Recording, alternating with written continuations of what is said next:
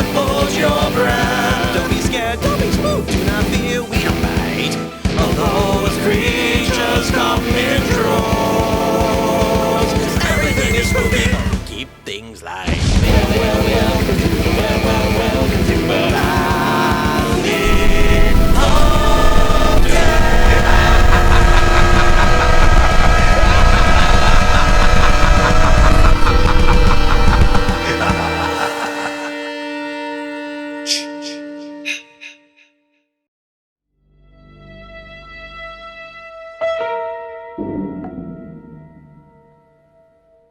Dark Night of the Scarecrow.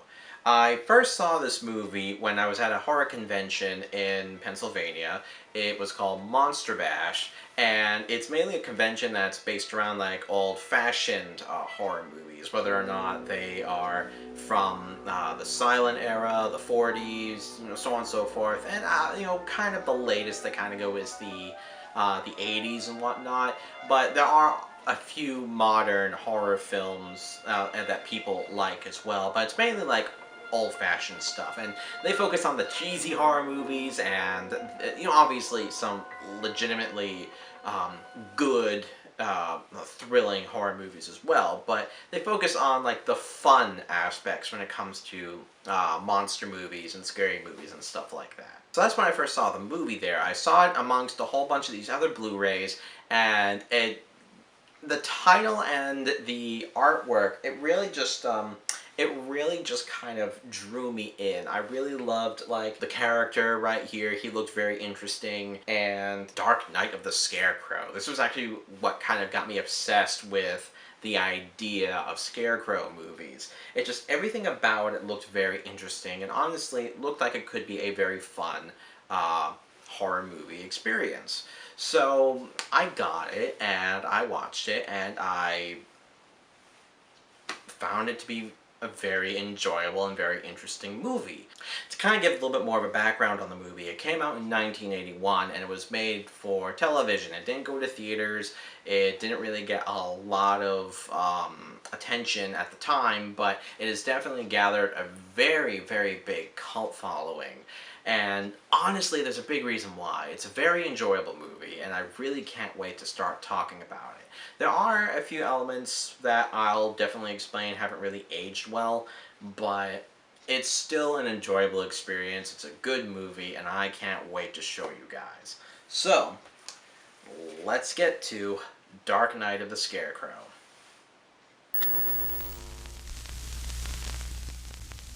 Okay, so how do we start this movie?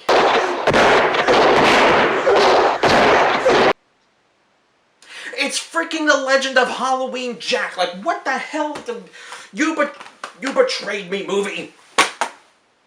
Okay, I think we have to back up a bit. The opening shows an older man and a little girl playing in a field of flowers together. This is the part that hasn't aged well. The older actor, the character's name is Bubba, and as you can tell, he is definitely on the spectrum. I have to say he's not done in a very, like, awful poor taste, but he's an idiot. At the same time, I think some things could have been done maybe a little bit better. This is kind of why I mean it hasn't really aged well, because a lot of the elements of his character are done in the very stereotypical manners. People think that he's a monster because his mind isn't fully developed, but, obviously, physically, he's a man and everything. So Bubba is playing with this little girl named Mary Lee, and both of them are really good friends. Here's one for you, Bubba. However, they're being spied upon by this freaking mailman creeper. Yeah, that's not unsettling. I think we already know who the villain of the movie is. So the mailman goes to explain to one of his buddies that Bubba is out in the field playing with this little girl again, and apparently he has been trouble in the past and has caused some issues for, I don't know if it's necessarily the town or this particular girl in general, just, by accident, or if he's caused trouble to these men. Well, it's not really fully explained why they don't like him, other than the fact that He's an idiot. he's different, and because this movie clearly takes place in some part of the South, they're all stereotypical rednecks, so of course they're going to hate him just because he's different. You're the one who always wants to run down there and rub his face in the dirt. So Bubba and Mary Lee go on a little walk, and they're just having like a little bit of fun, but then Mary Lee gets the bright idea to go ahead and basically break into this person's backyard. Good job. In this case, Bubba really is the smart one. Come on. No. I'll get in trouble. She gets attacked by the landowner's dog, where Bubba breaks through and tries to save her from the dog. However, the townspeople think that Bubba actually killed Mary Lee.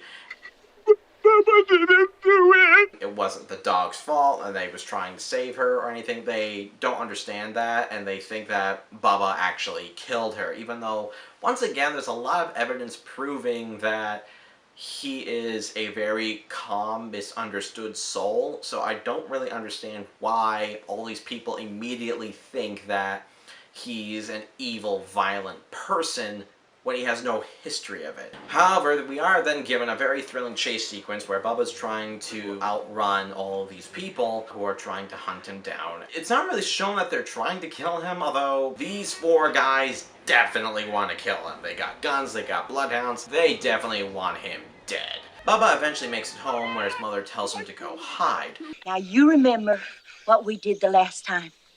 We played a game, the hiding game, remember? The men eventually show up and, of course, threaten her, which these men are supposedly working with the sheriff right now. This is supposed to be like a civilian force where the sheriff, asks for volunteers to look for Bubba. But they never stated that, they were supposed to hunt down Bubba or anything like that. It was mainly just, find him, not literally grab all your guns and try to freaking kill him or anything like that. So this is the scene where I actually am realizing that this movie is eerily similar to The Legend of Halloween Jack. We have four guys who are hunting down a man who is misunderstood, and they all think that he killed this person, except in this manner, even though some of it's not really clearly understood, I would argue that the opening, the introduction, and of course the actual quality of the movie is far superior to The Legend of Halloween Jack. It's awful. But with this, it looks like at least it was a well-produced movie. So it has that going for it at the very least. And the similarities just keep coming forward with The Legend of Halloween Jack. The four men do find him. He's on a pole, dressed as a scarecrow. In this one, it's because he's hiding, obviously. Once they realize that it's Bubba, without asking him to surrender himself, they all shoot him. Because that's the most logical thing to do in this scenario. They eventually get a call where, I'm guessing it's the police, then explain that the girl didn't actually get killed. Hadn't you heard? Little girl's all right. It was all a mistake. Hank Renfro's dog jumped her. They've already released her from the clinic, sent her home. Funny part is, old Bubba saved her life. Ain't that a laugh? What a story, Mark. These guys legit just committed cold hard freaking murder. They don't expect to get out of this, do they? After reviewing the evidence and testimony in this hearing, I find it insufficient to establish probable cause, and I'm ordering the defendants released from custody immediately. How the heck did they get out of this? Seriously, anyone in their right mind would be able to go ahead and tell that these guys are in the wrong. That they did not Defend ourselves. Clearly, though, I think that there is a bias with this whole town against Bubba, only because the judge clearly states, Sam, these men are members of the community. They're not criminals. yeah, so obviously there's a bias of sorts. The men are set free, and they start getting the threats from the mother. But there's other justice in this world besides the law! And the mother's lawyer.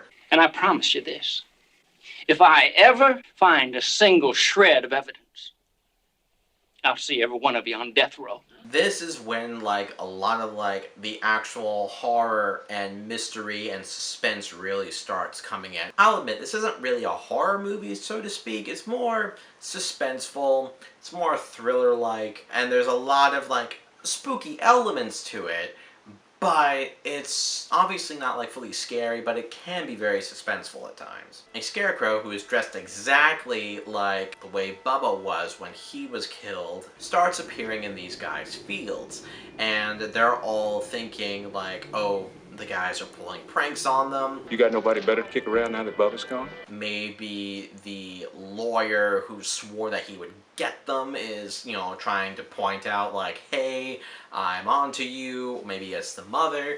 This is this part where it's actually a bit clever. Now, I'll be completely honest with you. It's Bubba at the end of the movie. It's Bubba. Like, you have to kind of realize that it's, you know, there is some supernatural element to this movie, and the mother and the lawyer aren't in this movie enough to really sustain that they could potentially be the killers. I mean, granted, we have Friday the 13th where Pamela Voorhees was only showed up at the end of the movie. And that was just like, oh, I guess you're the killer. Okay, cool. When you have a movie like this, which is a little bit more kind of on track with certain things, they're clearly not the killers. But I do really appreciate the fact that they tried to make it a little bit like whodunit-y. You know, so they literally tried to, like, set in place that maybe it's the lawyer who is doing this stuff. Maybe it's the mother who is trying to set these people up and reveal themselves for the murder that they committed. Maybe it's the little girl when she eventually finds out and she's trying to pull a prank or try to get these guys to confess and get them scared. I mean, you might think, oh, it's a little girl, but hey, have you seen horror movies with little children? They can be effed up. The mailman, who I'm just like, why the hell hasn't he gotten either fired from being a mailman or just arrested for something? Because he's freaking creepy. Literally, there's a scene where he's following this little girl and at least like one police officer is on to him. If this is the way that he's acting with literally everyone else, why hasn't he gotten, like, freaking arrested? I just find very odd about the mailman in particular is the fact that he's literally walking around town thinking that he's like all of that in a bag of chips, like he's literally like the mayor or something like that. He actually reminds me heavily of the, I think it was the mayor, character from The Legend of Halloween Jack in many regards. And I'm really wondering if Halloween Jack was inspired by this movie. But kind of going back a little bit, the people who did kill Bubba eventually do start getting killed off one by some sort of their trade. The farmer gets killed by his flipping wood chipper. The factory owner gets killed in honestly one of the most frightening ways that you can potentially get killed in a silo by being buried alive by corn. Like, that is just awful. The other two people, though, they don't really get killed in really that imaginative of ways. The mailman actually kills the mechanic, and then the mailman, in honestly a way that's pretty fitting for him, he does actually get killed by, of course, the ghost of Bubba. That's really all there is to say about this movie, other than the fact that it's very suspenseful in some parts. It's definitely a product of the 80s, but it's honestly a wonder to watch. There's a lot of really great suspenseful moments. The characters, in some regards, are at least memorable in some ways. It has a memorable aspect to it with the Scarecrow going around doing all these supernatural killings, but you don't see the Scarecrow until the very end of the movie, and that's what I really liked about it. This outfit looks far better than freaking The Legend of Halloween Jack. It's actually, like, some moments of it that are actually terrifying, because it leaves everything up to the imagination of the viewer of, okay, who are committing the murders, who are doing these things and whatnot. Dark Knight of the Scarecrow is an absolute must-watch. It might not be a great horror movie, but it certainly is a great suspenseful movie with decent characters, and it has a very satisfying ending. I really highly recommend you watch Dark Knight of the Scarecrow. Yeah, I know, this seemed to be like a little bit more of a shorter video compared to like the ones where I literally like break everything down and whatnot. There's not really that much to talk about this movie. It's really good, but honestly, there's not really that much to talk about. It's your typical 80s horror movie. There's not a lot really whatever to it, but you know, it's enjoyable, it's fun.